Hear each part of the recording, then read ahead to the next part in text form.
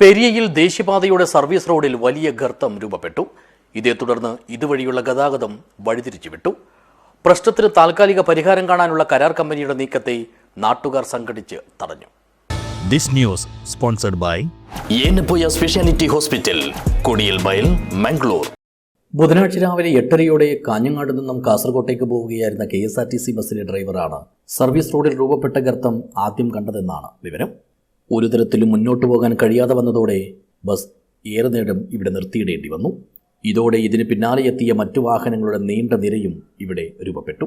മറ്റു വഴികളൊന്നുമില്ലാത്തതിനാൽ ഒടുവിൽ ബസ് അടക്കമുള്ള എല്ലാ വാഹനങ്ങളും പിറകോട്ടെടുത്ത് ദേശീയപാതയിൽ കയറി യാത്ര തുടരുകയായിരുന്നു. വിവരമറിഞ്ഞ ഉടൻ തന്നെ ദേശീയപാത നിർമ്മാണ കരാർ കമ്പനി അധികൃതർ സ്ഥലത്തെത്തിയിരുന്നു. പ്രശ്നത്തിന് താൽക്കാലിക പരിഹാരം കാണാനുള്ള ഇവരുടെ നീക്കത്തെ സംഭവം കാണാനെത്തിയ നാട്ടുകാർ സംഘടിച്ച് തടഞ്ഞു. അശാസ്ത്രീയമായ നിർമ്മാണമാണ് എല്ലാത്തിനും കാരണമെന്നും സ്ഥലത്ത് വെള്ളം കെട്ടിക്കിടക്കുന്നതടക്കമുള്ള അപാകതകൾ തുടക്കത്തിൽ തന്നെ ചൂണ്ടിക്കാട്ടിയിരുന്നുവെന്നും നാട്ടുകാർ പറയുന്നു. നടത്തേണ്ട സംവിധാനം നടത്താണ്ട് നമ്മൾ ഈ പണി നടത്താൻ വിടുന്നതല്ല.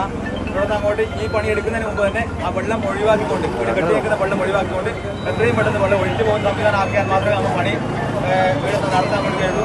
അല്ലാത്ത പക്ഷം നമ്മൾ എല്ലാ സമരപരിപാടികൾ നടത്തുമെന്ന് മാത്രം അറിയിക്കും. ഇതിനെയെല്ലാം അവഗണിച്ച അധികൃതരുടെ നിലപാടിനെതിരെ ഇവർ സ്ഥലത്ത് മുദ്രാവാക്യം മുഴക്കി പ്രതിഷേധിക്കുകയും ചെയ്തു. ടൗൺ കവലയിലടക്കം ഈ ചുറ്റുവട്ടത്തെ 3ഓളം ഇടങ്ങളിൽ ഇതിന് സമാനമായ അവസ്ഥയുണ്ടെന്നും ഇതിനെല്ലാം അടിയന്തര പ്രാധാന്യത്തോടെ ശാശ്വതമായ പരിഹാരം കാണണമെന്നുള്ള ആവശ്യവും മുന്നോട്ട് വെച്ച ഇവർ കണ്ണിൽ പൊടിയിടാനുള്ള പ്രവൃത്തികളുമായി മുന്നോട്ട് പോയാൽ തടയുമെന്നുള്ള മുന്നറിയിപ്പും നൽകി. വലിയ കുഴി രൂപപ്പെട്ടതിനാൽ ഇപ്പോൾ ഇതുവഴിയുള്ള വാഹന ഗതാഗതം വഴിതിരിച്ചു വിട്ടിരിക്കുകയാണ്.